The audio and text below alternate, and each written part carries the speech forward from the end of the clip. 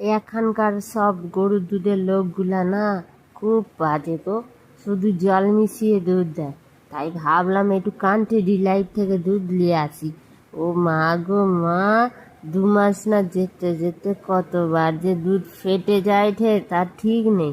ঘরে প্যাকেটটা পর্যন্ত ফাটা প্যাকেট দিয়ে যাইঠে, এক্সপায়ারি ডেট দিয়ে যাইঠে।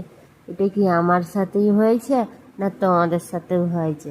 তোমরা একটু কমেন্ট করে বলো তো, তোমরা কি আদৌ কান্ট্রি ডিলাইটের দুধ খাইছো?